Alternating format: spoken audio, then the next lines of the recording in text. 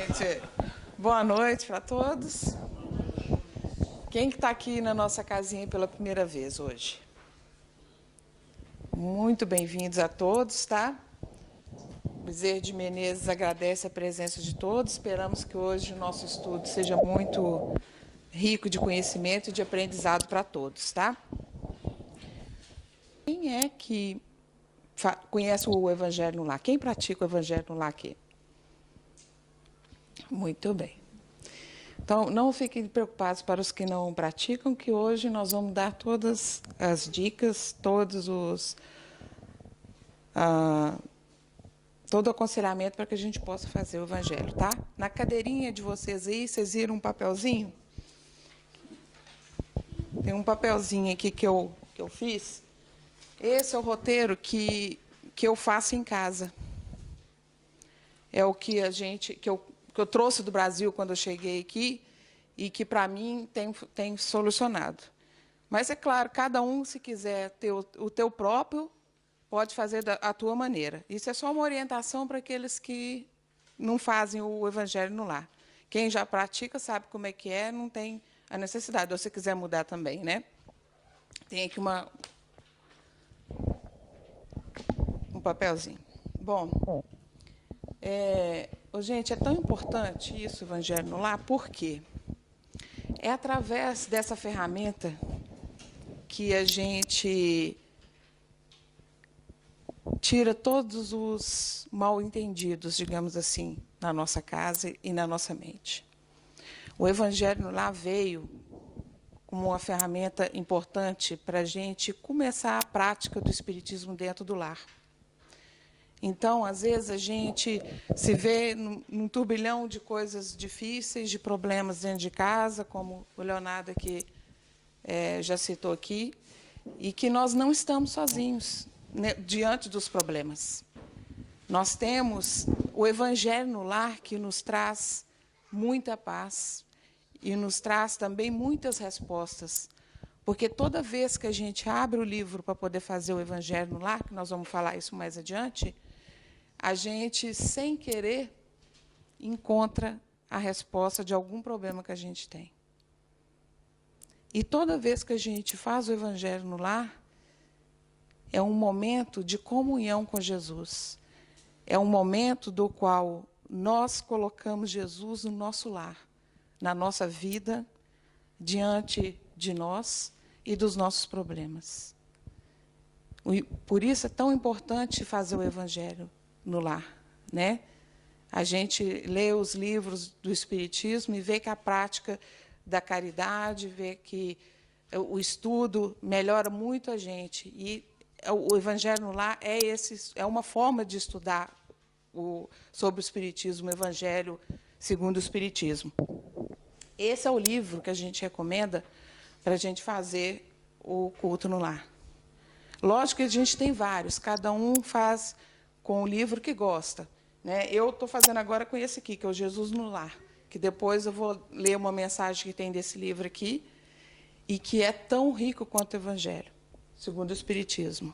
Vale muito a pena a gente ter esse livrinho aqui. A gente começa lendo o prefácio, depois passa para o capítulo 1 e vai seguindo. Toda vez que vai fazer o culto no lar, abre um capítulo e lê e discute com as pessoas que estão ali participando do culto no lar. Né? Mesmo se estiver sozinho. Porque, na verdade, sozinho nós não estamos, né? Fisicamente podemos estar sozinhos, mas nós temos a companhia dos nossos mentores, daqueles irmãos que estão conosco e que também, como é que a gente pode dizer, no sentido de aprendizado também, porque também nós estamos junto com os desencarnados para aprender. Da mesma forma que nós estamos, a única diferença é que nós temos o nosso corpo e eles não têm. Eles estão conosco justamente para poder aprender também junto com a gente, né? Então, vamos lá.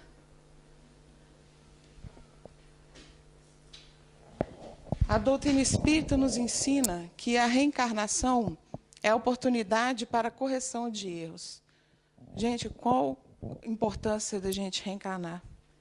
Você já imaginou se a gente ficasse lá no plano espiritual e com o tanto de dívida que a gente tem, né, para poder resgatar, será que a gente ia conseguir se a gente ficasse lá no plano espiritual? A gente não ia conseguir, né? A gente está tendo essa oportunidade de estar aqui na Terra com, né, com um corpo de carne justamente para essa finalidade, para que a gente possa resgatar aquilo que precisa ser modificado dentro de nós. Nós sabemos, cada um de nós sabemos, como disse o Leonardo aqui uma vez, que a gente tem uma cômoda, né? Nós somos uma cômoda. Tem hora que a gente abre uma gavetinha, olha lá para a gavetinha e fala assim, nossa, essa gaveta está suja, hoje eu não sei se eu tenho condição de limpar essa gaveta. Deixa aqui que uma hora eu vou limpar. Abre a outra, fala, essa aqui está mais ou menos. Hoje acho que eu consigo dar uma organizada aqui, né? E se não der conta, a gente chama os amigos, né, Léo? A gente chama o Leonardo, Léo, vem cá, me dá uma ajuda, porque realmente está muito difícil. A gente não consegue limpar tudo de uma vez, né? Tem que ser aos pouquinhos. De pouquinho em pouquinho, a gente vai se melhorando. Contribuir com o progresso da humanidade. Ora, a gente já evoluiu tanto, né? A gente começou lá, se a gente fizer um retrospecto da história, né, Léo, o que nós vamos fazer no ESD, que nós vamos estudar lá nos primórdios, bem antes do Cristo vir aqui nesse planeta, a gente vai ver que é um processo, né? É um processo de evolução e que o que nós fazemos hoje vai refletir lá na frente. Então, se a gente faz o Evangelho educando a nós mesmos e aqueles que estão no nosso lar, nossos filhos, nossos pais, nossos maridos, esposas, isso significa o quê? Que vai haver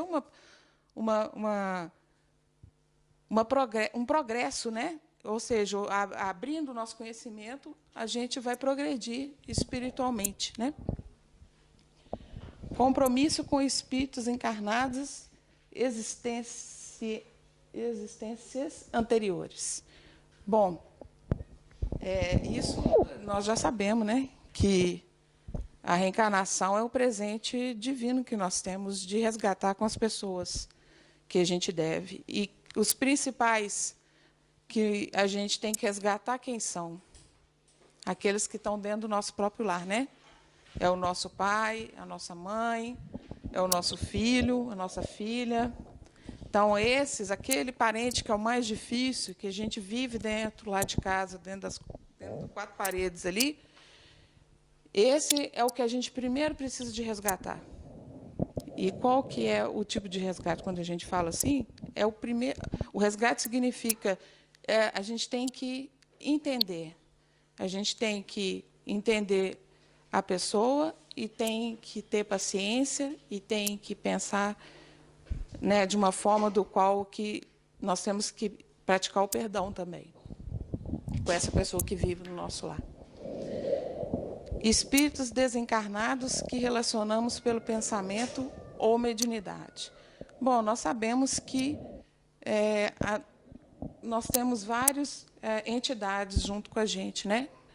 Temos aqueles o qual nos seguem e que, infelizmente, ainda estão, costumo dizer que eles são os espíritos doentes, mas não que a gente já não tenha passado por isso. Evidentemente, nós já estivemos nessa mesma situação, mas aqueles do qual estão conosco e ainda insistem em prejudicar ou em nos fazer mal, ou alguma coisa assim desse tipo. Então, isso também é beneficiado com a reencarnação, porque se a gente relaciona com as pessoas através do pensamento e da mediunidade, eles também vão ser ajudados, né, nesse momento. Gente, quem quiser falar alguma coisa, viu, fique à vontade. Tá? Eu não quero só falar aqui, não. Só para abrir um parênteses, desses espíritos Isso. que, desencarnados, a gente atrai esses espíritos, muitas vezes eles nos acham, né? Uhum. Muitas vezes a gente atrai, porque quem são eles? Nossos inimigos? Não. Esses espíritos são, na verdade, nossos amigos de antes. Né? É que a gente decidiu quer mudar. Né? Aí passa a e ser eles inimigo. ainda não se encontram como a gente. Eles estão ainda com receio de mudança. Né? Então, o que a gente fala para eles? Você, olha, meu amigo, eu sei que a gente fez aquelas farras, que a gente, né, fez e aconteceu. Né, que eles vão lembrar a gente tudo, com detalhes. Olha, eu não vou negar que fiz, que não fiz, que a gente não estava lá, mas agora eu quero mudar. Eu quero mudar. E você está convidado a me acompanhar. Se você gostar, fica comigo, fica aqui com a gente vai se ajudando um ao outro. Né? Agora, eu estou nesse caminho, eu quero continuar nesse caminho. Não sou perfeito, né? Como você, sou filho de Deus e quero mudar. Estou me dando uma oportunidade de mudar. Né? Então, eles não estão com a gente porque eles são ruins e a gente... Exato. Isso é bem, tem que explicar isso dessa forma mesmo. Né? Oi, pode falar. Quando faz o evangelho lá em casa, é como se acendesse uma luz. E eles todos estão passando e olha assim, que luz é essa? E como é que chega por aqui? Também. Muito bem. Teve até uma passagem aqui que a Carol disse na semana passada aqui, né? Nós tivemos uma palestra, acho que foi não, na outra semana, essa foi da Evanisa, a outra, que ela estava narrando um fato com o Segismundo, né? Daquele livro do... Não, Missionários da Luz, isso. E ela conta que quando o André Luiz chegou na casa onde Segismundo ia ser reencarnado, a casa havia um guardião. Era a casa onde havia o culto no lar, né? Eles faziam culto no lar. Então, havia um guardião naquela casa ali, guardando a casa. Né? Então, o Evangelho no Lar também faz isso. Né? Ele promove a proteção daqueles que estão ali praticando a leitura. Né? Bom, a importância do lar na educação moral. É no lar que os espíritos se reencontram sob o mesmo teto, pais, filhos e irmãos, e são oferecidas as oportunidades de aprendizagem moral, desenvolvendo os sentimentos derivados do amor. A melhor escola ainda é o lar, onde a criatura deve receber as bases do sentimento e do caráter. Está no Consolador, né? No livro Consolador, e Emmanuel que falou sobre isso.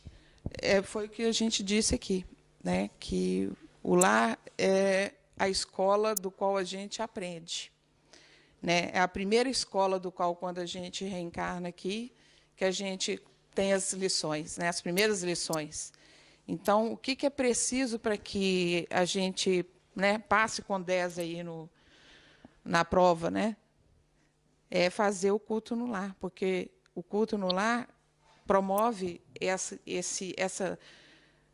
como é que eu posso dizer? Essa interação com os participantes, né? Você acaba que muita coisa muda, né? Você aprende mais, você fica mais paciente, né? Você aprende mais sobre o que está sendo dito nas lições. E você acaba pensando, só, meu Deus, realmente, eu acho que eu estava errado com fulano, eu não deveria agir dessa maneira. Né? Olha o que a lição disse para mim hoje, né? O que o Evangelho está dizendo. É a gente procurar, dentro das lições, o que a gente pode fazer para melhorar.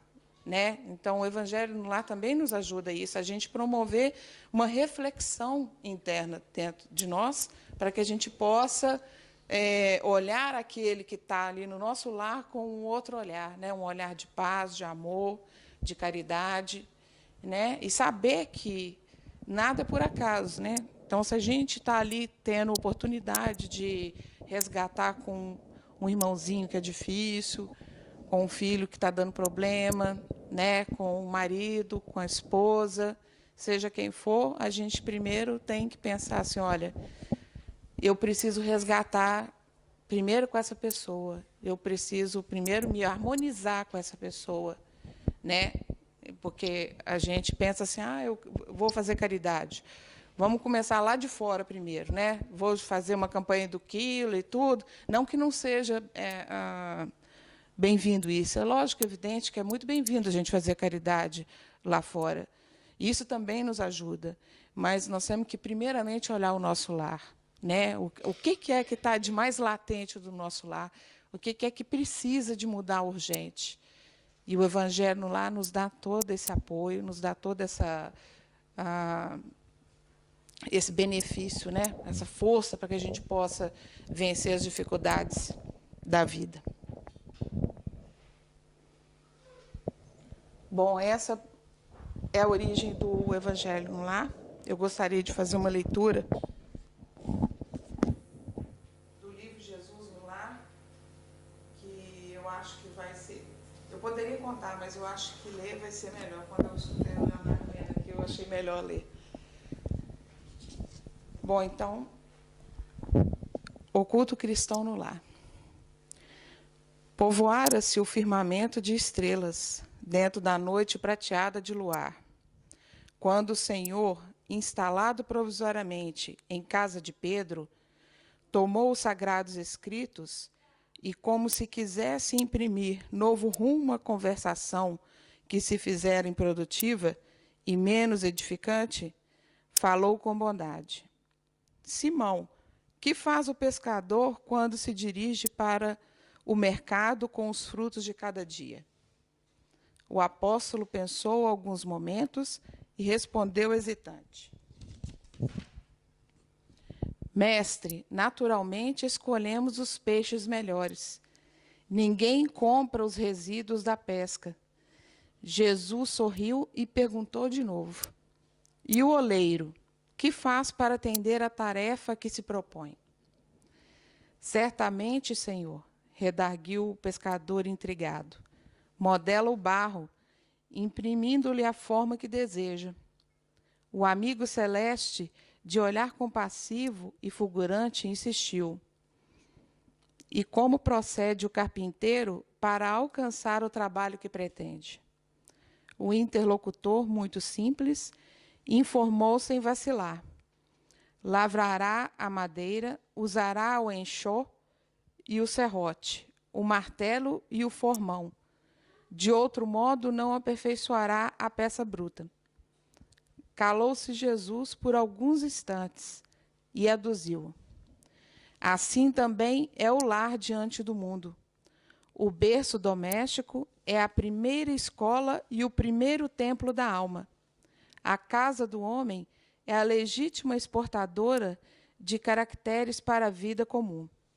Se o negociante seleciona a mercadoria, se o marceneiro não consegue fazer um barco sem afeiçoar a madeira aos seus propósitos, como esperar uma comunidade segura e tranquila sem que o lar se aperfeiçoe? A paz do mundo começa sobre as telhas a que nos acolhemos. Se não aprendemos a viver em paz entre quatro paredes, como aguardar a harmonia das nações? Se nos não habituarmos a amar o irmão mais próximo, associado à nossa luta de cada dia, como respeitar o eterno Pai que nos parece distante? Jesus relanceou o olhar pela sala modesta, fez pequeno intervalo e continuou. Pedro, acendamos aqui em torno de quantos nos procuram a assistência fraterna. Uma claridade nova. A mesa de tua casa é o lar do teu pão. Nela recebes do Senhor o alimento para cada dia. Por que não instalar ao redor dela a sementeira da felicidade e da paz na conversação e no pensamento? O Pai, que nos dá o trigo para o celeiro, através do solo, envia-nos a luz através do céu. Se a claridade é a expansão dos raios que a constituem, a fartura começa no grão. Em razão disso, o Evangelho não foi iniciado sobre a multidão, mas, sim, no singelo domicílio dos pastores e dos animais. Simão Pedro fitou no Mestre os olhos humildes e lúcidos, e, como não encontrasse palavras adequadas para explicar-se, murmurou tímido. Mestre, seja feito como desejas. Então Jesus, convidando os familiares do apóstolo, a palestra edificante e a meditação elevada, desenrolou os escritos da sabedoria e abriu na terra o primeiro culto cristão no lar. Então, quem iniciou essa tarefa é um modelo, né, para nós. Quem somos nós para dizer o contrário, né? Então, pela mensagem, vocês podem perceber de como é que é importante fazer o culto no lar, de como que é importante a gente partilhar do conhecimento que Jesus nos deixou com aqueles que estão no nosso próprio lar, né? Daqueles que vieram conosco nessa jornada terrena. É muito importante a gente fazer e praticar, porque isso vai trazer uma nova luz, um novo entendimento diante de nós mesmos e também diante daquele que vive conosco, né? Alguém quer fazer algum comentário? Não?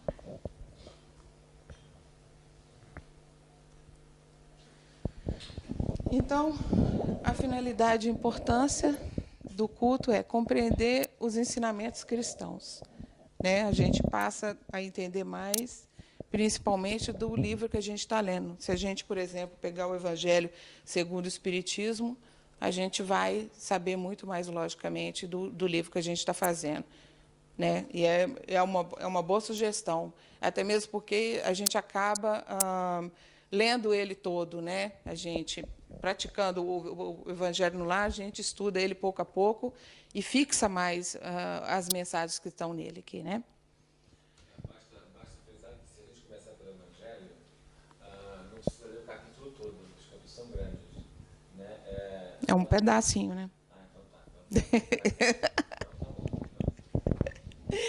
Então, criar o hábito de reunir em família e acentuar o sentimento de fraternidade. Do mesmo jeito que a gente faz aqui, né? Toda sexta-feira, às 7h, a gente vem para poder receber, né, algumas pílulas do que a gente estuda e que a gente aprende aqui.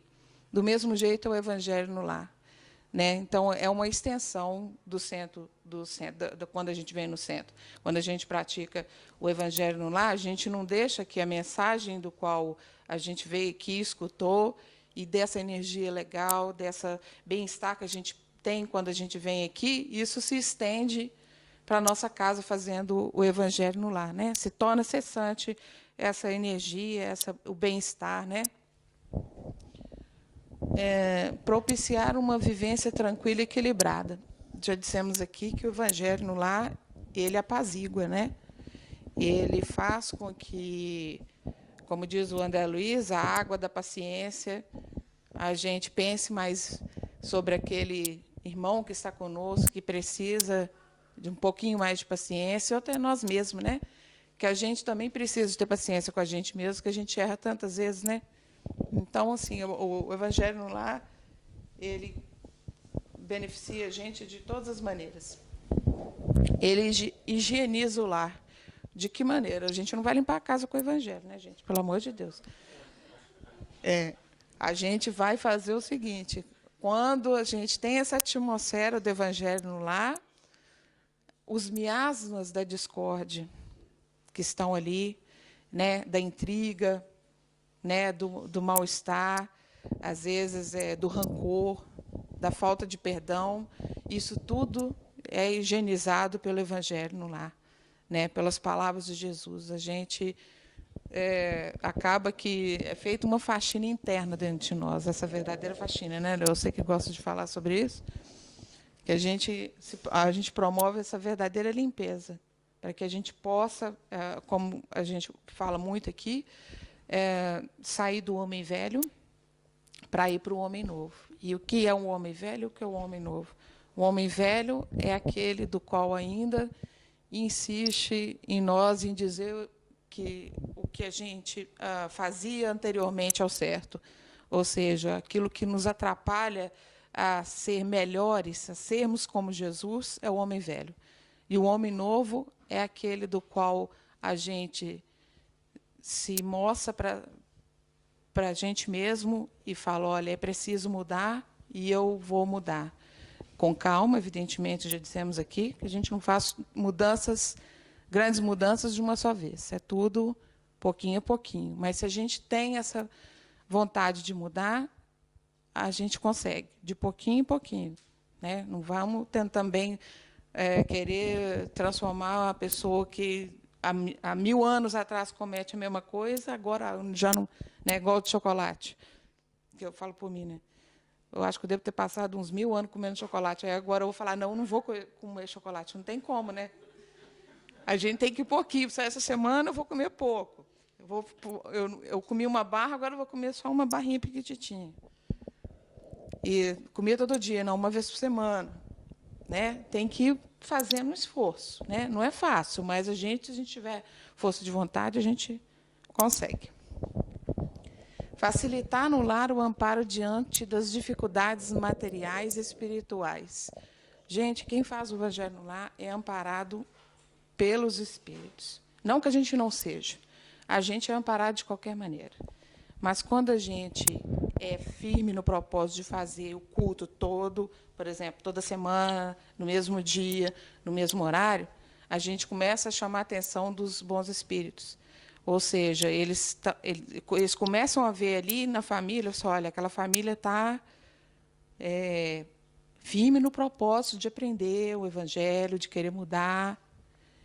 Então, está chamando a atenção, vamos ali ajudar eles, ajudar quem está próximo, porque mais na frente eu vou dizer a extensão do que é o Evangelho no lar, né? Que a gente não fica só na nossa casa. Elevar o padrão vibratório dos componentes do lar. Pois é, isso significa o seguinte, quando a gente entra em contato com os bons espíritos, através da prece, através de uma leitura edificante, automaticamente a gente se liga a eles. Né? Então, o que acontece? A gente cria um campo vibratório quando a gente está fazendo o culto no lar. Esse campo vibratório é igual uma antena de rádio, por exemplo. A frequência vai ser do bem. Então, quem for do bem vai pegar essa frequência. Então, somente as pessoas que estão ligadas ao bem vão estar ali com a gente naquele momento. Então, isso cria um campo vibratório e harmonia dentro do lar com isso também, né? Tomar o Evangelho conhecido, compreendido e exemplificado em todos os ambientes. É uma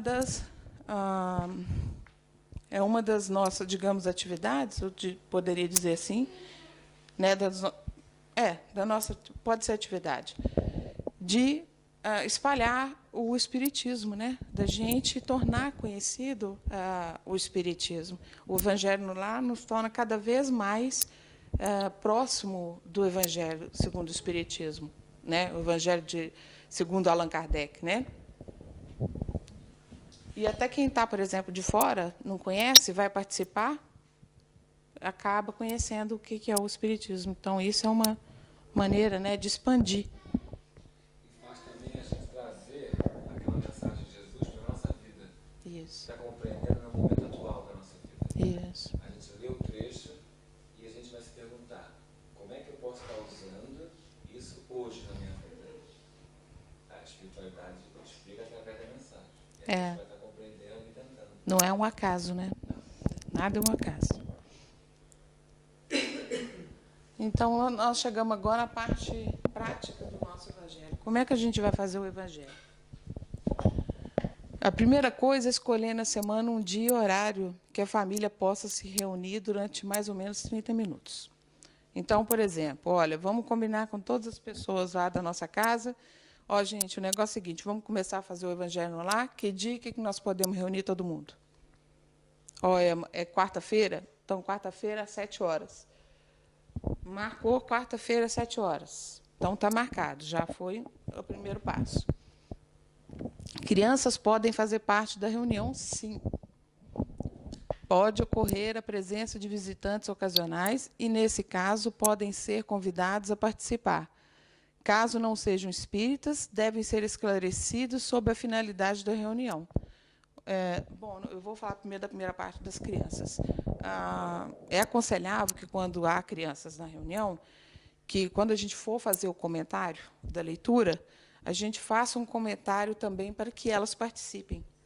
Né? Então, é importante que os pais, principalmente, neste momento, quando as crianças estão participando, da linguagem ser compreendível para elas, para que elas possam entender o que é que está sendo dito também. Né? E a segunda parte é que, quando aparece alguém, geralmente isso é quase sempre, né? A gente, quando começa, quem faz o culto no lar aqui me diz: toda vez que a gente vai começar o culto no lar, é um telefone que toca, é uma campainha que toca, né? E aí o que a gente tem que fazer? Pessoal, olha, se no caso de alguém bater a campainha, vamos convidar essa pessoa e não esquecer de dizer o porquê que nós estamos fazendo o Evangelho e para que é para fazer o Evangelho e do que é que nós estamos falando. Né? Porque há pessoas que não são espíritas, não sabem sobre a doutrina espírita. Então, é importante que a gente fale para elas do que é que está sendo tratado e feito. Né? A reunião pode ser realizada por uma só pessoa. O roteiro a ser seguido é o mesmo. Foi o que a Deolinda falou ali. Eu faço o culto no lar sozinha. Né? Eu entro para dentro do meu quarto, faço a minha prece, faço a minha leitura.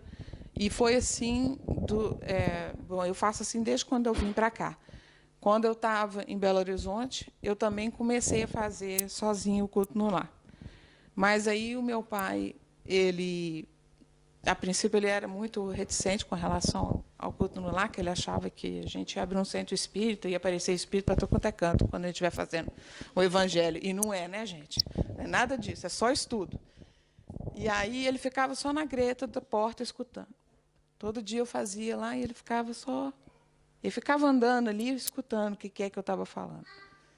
E aí um dia ele pediu licença para poder sentar.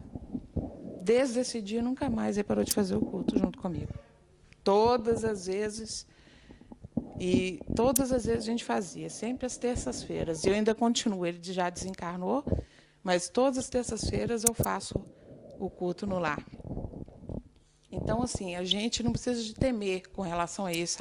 Quem que vai me escutar? Vou ficar falando sozinha, eles vão achar que eu sou doida. Mas não é, porque a gente pode estar sozinho fisicamente. E, espiritualmente, nós temos aqueles que nos acompanham. Né? Os nossos mentores, aqueles que estão conosco para aprender junto de nós também.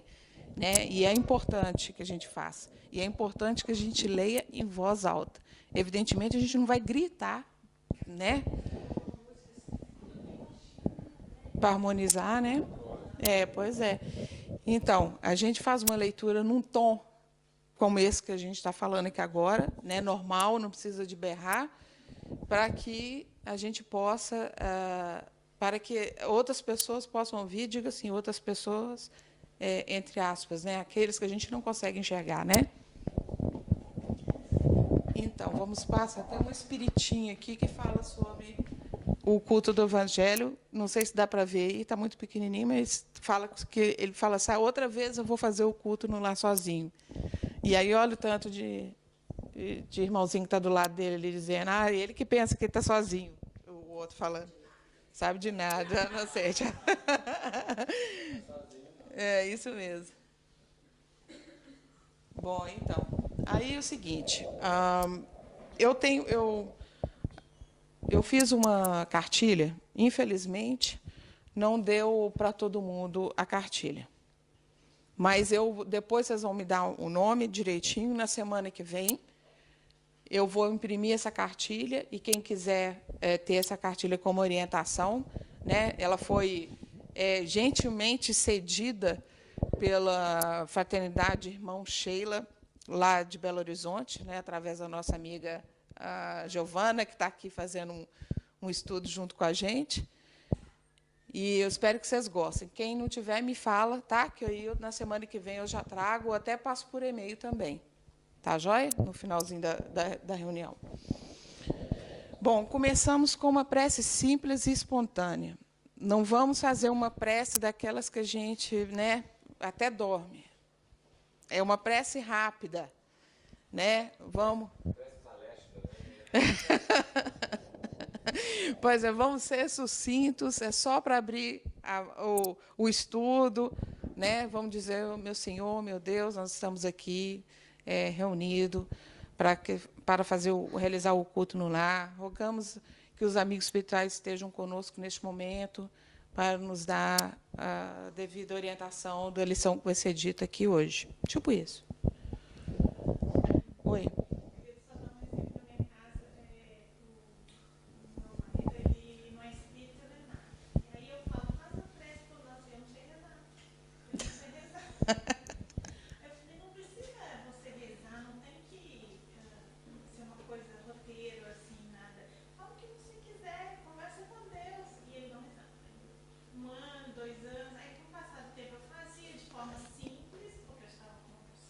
É. Simples e tal, para eles se inteirar. Uhum. Aí começou a fazer a final. Assim, durava uns 30 segundos, mas já começou. Já era alguma coisa. Porque às vezes as pessoas acham que não sabem rezar. É. Né? É importante isso. Simples, Deus, obrigada, viu, por essa semana, uma coisa bem. É. Porque nem todos têm, assim, vamos dizer, o dom de ter palavras bonitas. E tal. Mas o importante também é a intenção, né? O importante é que a gente faça uma prece que não seja da boca para fora, né? Tem que ser uma coisa que seja realmente dentro de nós, né? Quando a gente está com vontade de falar com Deus, falar do que a gente precisa, a gente não faz uma prece mecânica, a gente fala de coração. Então, a gente aconselha que seja dessa forma, né? Aí a leitura do Evangelho segundo o Espiritismo, ou, como eu já disse, né, do Jesus no Lar, ou de algum outro livro que você tenha em casa que possa servir como base de leitura edificante, tá? Aí a gente tem vários, depois eu vou mostrar aqui uns exemplos de livros, e caso vocês queiram saber qual é. Bom, aí a gente faz um comentário sobre o texto, não vamos comentar demais, né? Vamos fazer uma breve explanação por aquilo, não vamos ficar debatendo, porque isso não leva a lugar nenhum, né? A gente vai acabar criando uma situação desagradável no culto e não é esse o objetivo que a gente quer. A gente quer só comentar, é um comentário breve sobre aquele trechinho que a gente leu ali. Bom, vamos pedir também pelas vibrações, né? Aí, como eu já falei com vocês aí, né, nessa parte aí que a gente está, quem está com papel aí, que a gente fala no item 4, as vibrações, aí a gente pede para quem a gente lembrar, ou de alguém que está precisando. Por exemplo, olha, eu tenho um parente meu que está, nesse momento, está passando uma cirurgia, ou ele está enfermo, está em casa, acamado, ou alguém que está precisando de uma prece, está muito desorientado. Neste momento, é o momento da gente pedir essas vibrações, né? Aí vem os pedidos. Geralmente, eu costumo ser metade dos pedidos. Eu não passo todos os pedidos, não, sabe? Eu tento mais agradecer do que pedir. Eu faço um pedido só, mas assim bem sucinto para não ocupar muito a pessoa, né? A gente vai bem resumido. A gente tem mais para agradecer do que para pedir mesmo. Oi. Tem uma conhecida minha do Brasil, que ela estava falando sobre o Evangelho do Lar. Ela falou que a maioria das pessoas ela faz essa vibração que emitir sentimentos, né? Isso. Ela falou assim, ela está comentando, para fazer o Evangelho do Lar, você começa primeiro agradecendo. Você agradece a tudo. Até o pé que você quebrou, você agradece. Porque você quebrou, mas está com ele. Você agradece a tudo do seu redor. Depois você começa se conectando com todas as pessoas que naquele momento também estão fazendo essa questão de energia, de não trabalhar para poder ajudar, e você começa a passar toda a guerra. E no final, você faz o seu pedido. Então, primeiro você Agradece. Segundo, você doa. E no terceiro, o seu pedido você Faz todo sentido. Eu estou tentando não pedir. porque realmente eu tenho muito mais do que eu necessito. Então, assim, eu estou fazendo um pensamento bem no sentido de agradecer, porque o agradecimento também faz com que a gente tenha, né? Quanto mais a gente usa da gratidão, mais a gente recebe, né? Mais a gente grata a vida, mais a gente recebe. Bom, então aí a gente faz a prece de encerramento. Também não vamos fazer uma prece tipo palestra, como diz o Leonardo.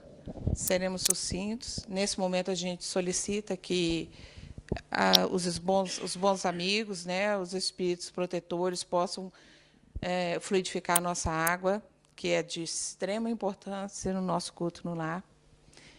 E, assim, eu diria que quando a gente faz o culto no lar e pede a fluidificação da água, a gente está associando dois fatores muito importantes aí. O primeiro é a água que cura o corpo físico e o corpo espiritual. São duas curas em uma só aguinha.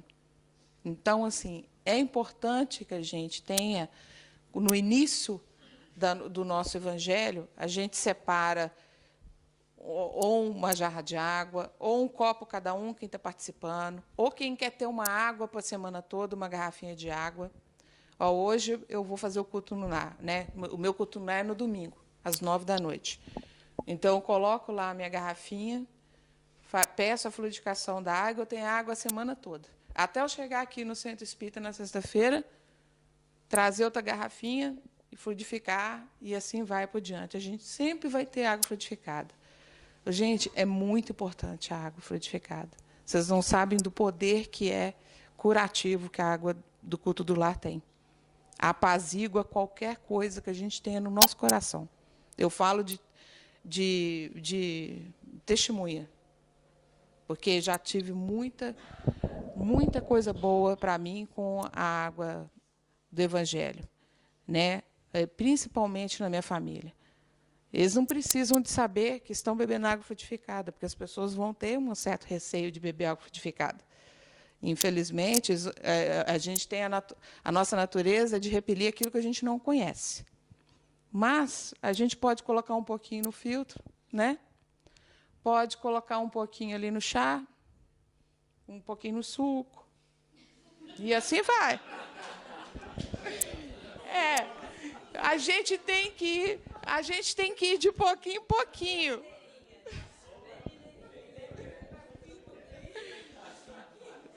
Porque a gente não está fazendo mal para ninguém, certo? A gente não está promovendo o mal-estar de ninguém, certo? O que a gente quer? A gente quer é melhorar, não é?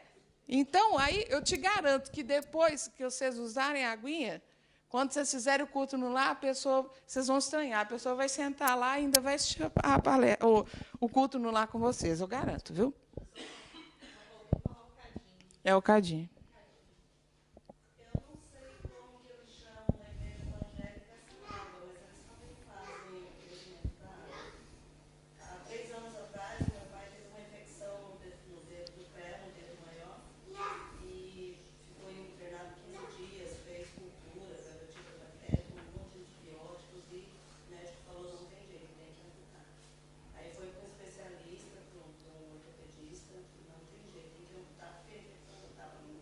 Nossa. E o meu pai não tem religião, é ateu, né? Bebeu a vida inteira e acha que a vida é bela. E o meu irmão é evangélico. E ele começou a trazer uma aguinha da igreja e ele dizia para o meu pai que era água oxigenada. E ele começou a lavar o dedo do meu pai, porque ela lava todos os dias. Ele ia lá, lavava o dedo do meu pai, dizendo que era água oxigenada para fazer a limpeza. Uhum.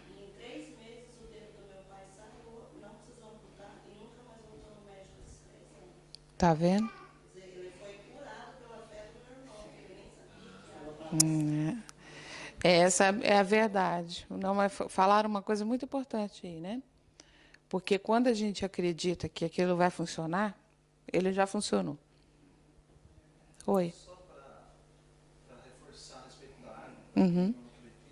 Uhum. eu fui com a minha filha no Rio, Uhum. e nós passamos no Marcos Pence, a gente comprou água. Ela mesma comprou, estava junto comigo.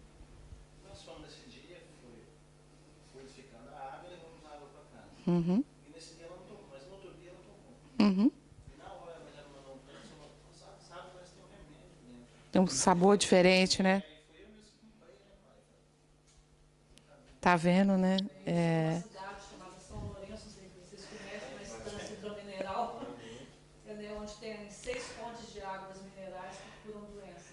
Pois é. Anorexia, problema de rins, fígado. Tem uma água que é raríssima, que só tem em São Lourenço e numa cidade da França que se chama Vichy.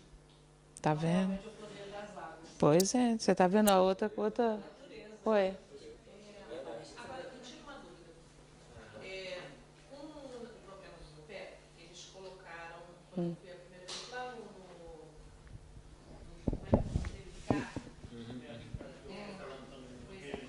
Então, assim, o Ricardo falou assim, aí lá depois, quando terminou, ele me falou, essa água aqui é sua, você marca ela. E essa daqui é da sua família, para não misturar. Ou seja, então quando você tem um problema, água específica, Isso.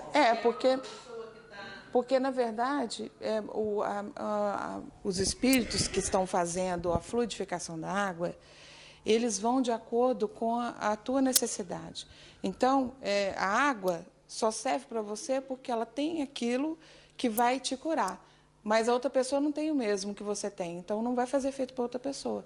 Então, a água, quando se diz que a água fluidificada não pode ser misturada, porque ela contém propriedades que só você precisa. Entendeu? Nesse caso específico. Pode colocar.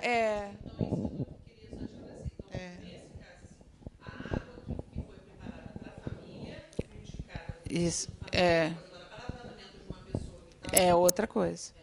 É igualzinho. Você vai no médico, você pede um remédio para ele, aí ele pega e fala assim: olha, eu vou te dar aqui uma cartela de diazepam para sua família e um paracetamol para você. Aí você vai dar o paracetamol para sua família, sendo que tem que tomar o diazepam? Não vai funcionar, né? Então é mais ou menos nesse parâmetro, né? Cada um tem aquilo que precisa, né? A água fluidificada é um remedinho que cada coisa precisa. Isso no caso de tratamento, né? Exatamente. Bom, então vamos passando. Oi. Mas não deixa de tomar um remédio, não. Toma um remédio. Sabe o que a gente faz? Eu tomo o remédio com água fluidificada. Né? Eu tomo o remédio com água fluidificada, 2 remédios, 2 em 1. Então, aí os livros que a gente recomenda, né, são o Evangelho segundo o Espiritismo, que é esse, livrinho azulzinho. Quem não tem, a gente tem ali para poder vender também. Tem na internet também. Caminho, Verdade, Vida, Pão Nosso, Fonte Viva, Vinha de Luz, são os livrinhos do Emmanuel. Tá? Tem até aqui, mais ou menos, não sei se dá dando para ver. Esses 2 aqui, Pão Nosso e Vinha de Luz, eu acho. Tem todos na internet. Tem todos na internet também. Isso, exatamente. A Agenda Cristã também tem. Né? Esse Jesus no Lar, que é esse aqui. Só que esse aqui é da capa antiga, né, gente? Vocês vão encontrar ele agora com uma capa bonita, com Jesus na frente. Deus Aguarda, Evangelho em Casa, da Meimei. Luz no Lar, Espíritos Diversos. São várias mensagens que é interessante fazer também. Messe de Amor, do Joana de Ângeles e outros.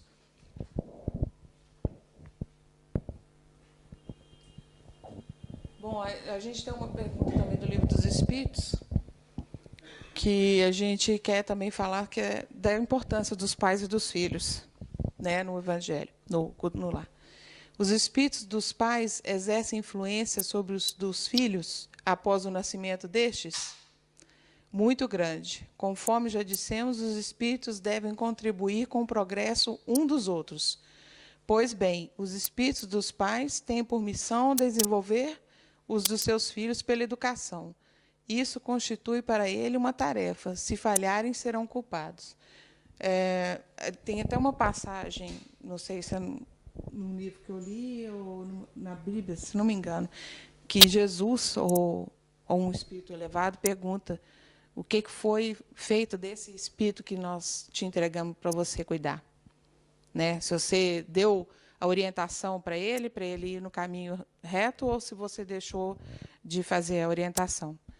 Então, é muito importante que os pais tenham consciência de que esses pequeninos, né, que vêm, embora indefesos, né, aparentemente indefesos, porque o espírito é milenar e vem de muitas outras reencarnações, é necessário que a gente tenha consciência de educá-los na forma mais correta, né? E o Evangelho nos ajuda muito nisso, porque é através do exemplo que a gente educa uma criança.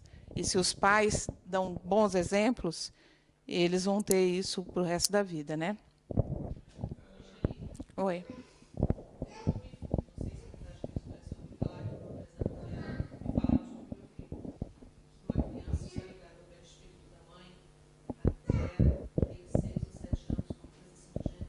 Não.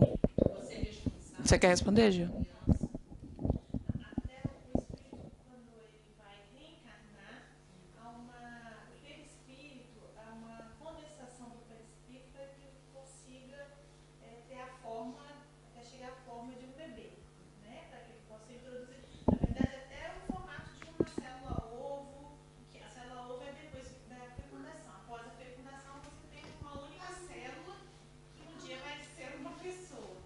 Desde aquele momento da concepção, então, para chegar o perispírito de um espírito, ele fica do tamanho de uma célula-ovo e vai se desenvolvendo o perispírito a um grande movimento no nascimento. O perispírito vai se adequando ao corpo físico até os 7 anos. Então, é ele com ele mesmo, com o corpo dele físico mesmo, não tem nada a ver com a mãe.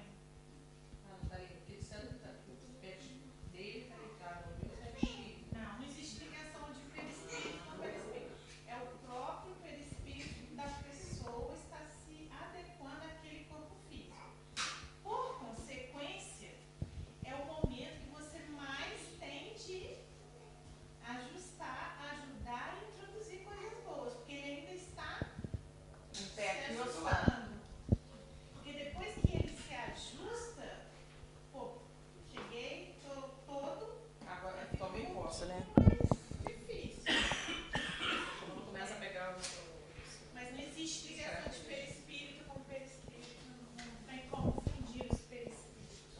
É. Agora, só lembrando, né, ele fala a palavra culpado, mas a gente tem que atentar para uma coisa importante. Os pais, desde que se esforcem, né? Qual é o pai, qual é a mãe que não vai se preocupar com o filho, não vai procurar fazer o possível para educar e deixar ele feliz, né? E aprender. Educar, né? Mas chega um momento que aquele espírito ele vai ter que começar a praticar, vai ter que escolher. O pai e a mãe vão estar sempre na retaguarda, dando apoio. Olha, eu estou aqui. Nós somos amigos. Você pode contar comigo. Agora, vai chegar um momento que os filhos vão ter que escolher. Então, quando chegar esse momento, pai e mãe não vão deixar de se preocupar e de querer dar atenção. Se os filhos falharem em alguma coisa, os pais não devem se sentir culpados, porque eles fizeram o que estava ao alcance deles para ser feito. Né? No caso de tentaram,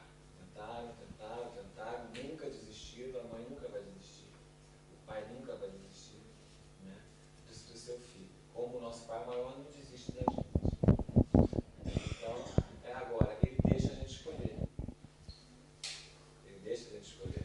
Às vezes a gente está lá perdido, aí começa a sentir na gente um arrependimento, uma vontade de voltar para aquele caminho, aí ele já começa a cercar nosso caminho de amigos, de repente a gente encontra aquele amigo que ia na igreja, que vai no centro, ou que era nosso amigo mesmo, e que a gente podia conversar, aí começa a vir as coincidências da vida que não são coincidências. Aí de repente a gente retorna para o nosso caminho mesmo. É um processo de aprendizado, é um processo de se conhecer, né?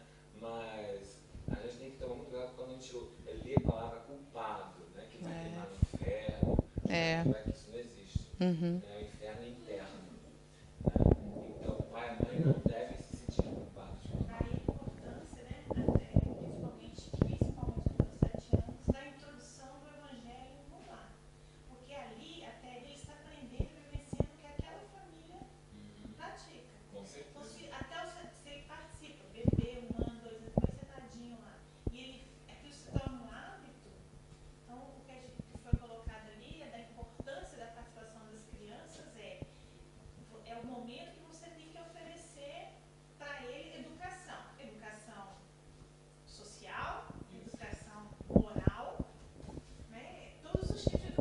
educação evangélica. Evangelho no lar é uma das principais direcionamentos que você dá a uma criança quando você ensina para ele que ele tem que fazer a oração dentro de casa. Depois ele vai escolher, como você disse, o que ele vai ensinar. E até porque uma vez que o perispírito se acoplar totalmente, nessa fase dos 7 anos, todas as características desses espíritos vão se realmente estar ali presente, né? Tanto as boas como as más, né? Então, realmente, vai ficar muito mais difícil você mudar alguma coisa, né? Claro, sempre as influências, por exemplo, sempre ajudam, não? Mas vai ficar tudo muito mais marcante, né? Porque o temperamento... Latente, né? Tudo, inclusive, quem trabalha com criança, mesmo os bebês, eu fui babysitter durante 4 anos, é incrível como você vê o caráter, não? Como é que possível Desde cedo, né? um bebê de 1 ano e meio fazer essas coisas, ter essa reação, ter essa atitude e não sei o quê, né? E isso ainda está chegando, você está entendendo, né? Deixa Então, chegar. deixa chegar, para ver como é que vai ser, né? Bom, oi. Você está falando da questão da criança, que ela falou, né, desde pequeno. O meu garoto, desde pequenininho, acho que uns 2 anos, eu sempre faço com ele, agora ele já está começando a fazer sozinho, eu comecei a colocar, para fazer aquela oração à noite antes de dormir. Ah, tá. Então, quando eu fazia, ele falava assim, mamãe, tem que fazer as bases. As paz. As bases. Aí eu ia lá no quarto e ficava esperando. E às vezes eu não estava em casa e ele ia dormir, tá, gente? A pessoa tomando conta e ele não sabia fazer. E ele, se ele tivesse pesadelo, ele vinha chorando no meu quarto e ele falava que era culpa que ele não fez as bases. Ah, entendi. E hoje em dia, agora eu comecei a ensinar ele, ao invés de eu falar, ele fala. Eu começo, eu falo, agora você continua. Então ele.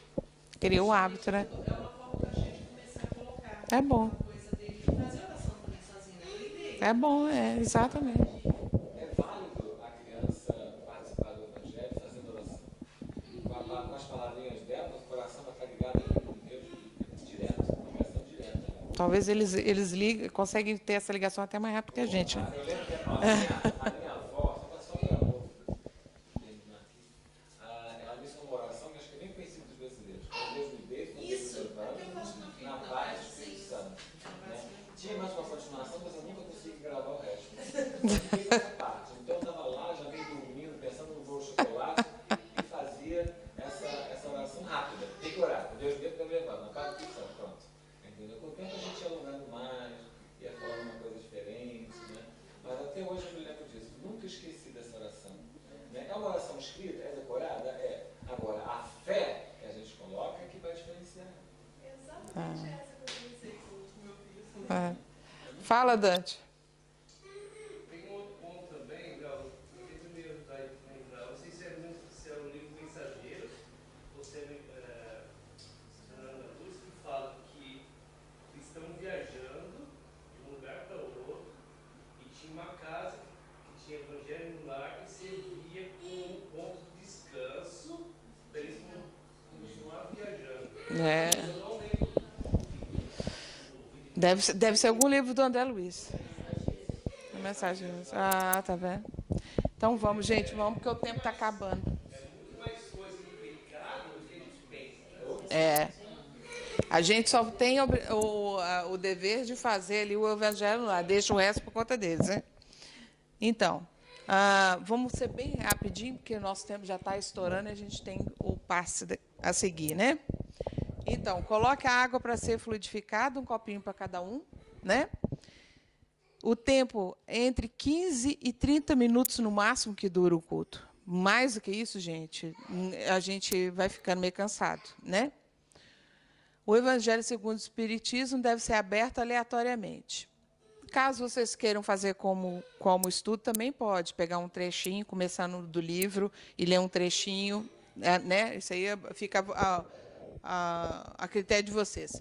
Pode ser utilizado o livro de estudo na sequência de capítulos ou aleatório, foi o que eu acabei de falar aqui.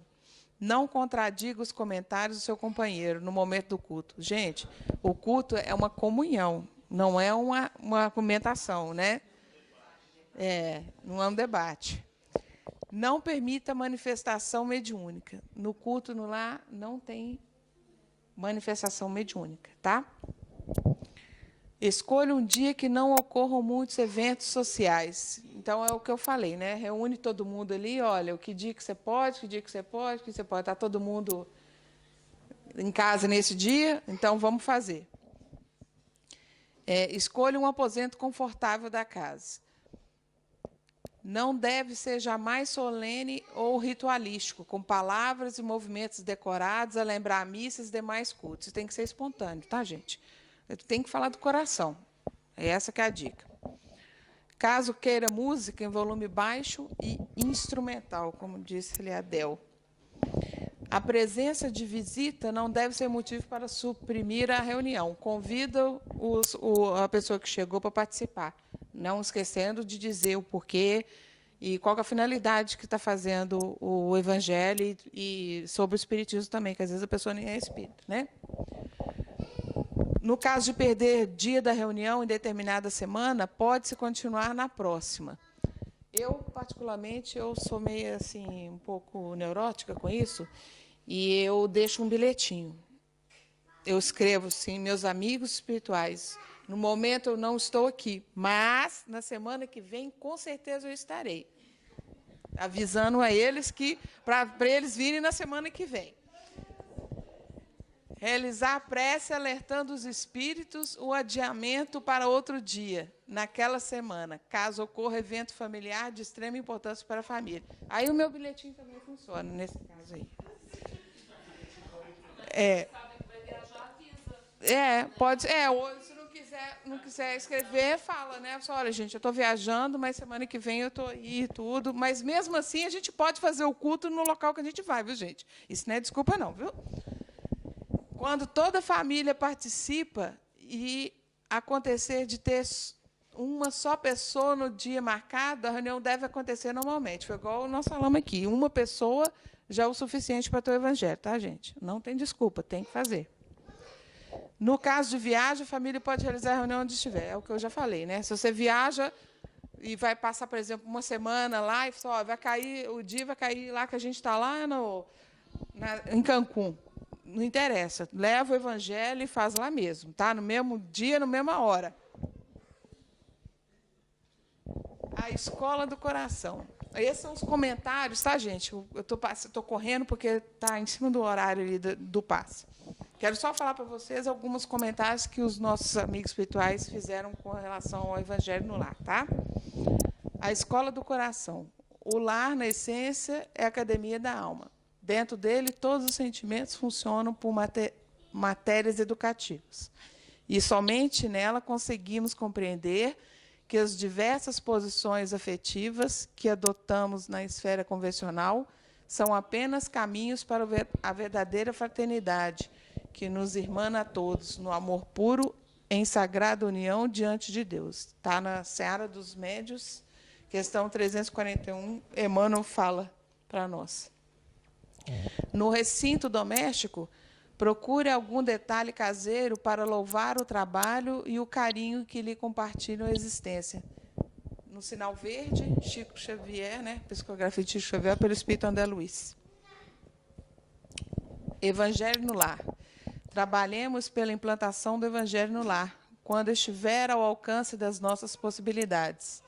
É importante nos unamos todos no lançamento dos princípios cristãos no santuário doméstico, trazer as claridades da Boa Nova ao templo da família e aprimorar todos os valores que a experiência terrestre pode oferecer.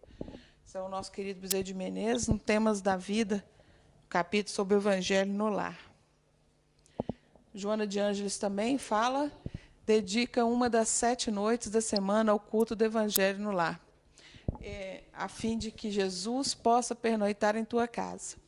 Quando o lar se converte em santuário, o crime se recolhe ao museu. Quando a família ora, Jesus se demora em casa. Quando os corações se unem nos liames da fé, o equilíbrio oferta bênçãos de consolo e a saúde derrama vinho de paz para todos. Essa mensagem está aqui, ó, a íntegra dela, tem até na cartilha que eu imprimi para vocês, mas ela na íntegra, e esse livro é excelente, o SOS Família, que fala de lições no dia a dia para a gente. É importante demais. Esse livro aqui é muito bom. Quem quiser ter ele é uma boa aquisição. É do SOS Família, de Valdo Franco, pelo Espírito de Joana de Ângeles. Que a providência divina nos fortaleça para prosseguirmos na tarefa de reconstrução do lar, sob os alicerces do Cristo, nosso Mestre e Senhor, dentro da qual cumpre-nos colaborar com as nossas melhores forças. Temas da vida, Chico Xavier, pelo Espírito Bezerra de Menezes. Essa é a bibliografia, né, que a gente fez o estudo para essa noite. Eu queria agradecer a todos que vieram aqui hoje, compartilhar conosco do nosso estudo. Agradecer também aos amigos espirituais, que tenho certeza que eles estão aqui hoje nos ajudando, nos amparando, para que tudo ocorra na mais perfeita harmonia. E vamos aí, tá, gente? Vamos fazer o Evangelho no lar. É importante, é essencial para nós, para a nossa família, para os nossos filhos, para aqueles que estão, né, no mesmo teto que nós. Vamos fazer isso em benefício deles e principalmente de nós mesmos, né? Então, muito obrigada. E passo a palavra para o Léo, para a gente fazer o passe, começar o passe.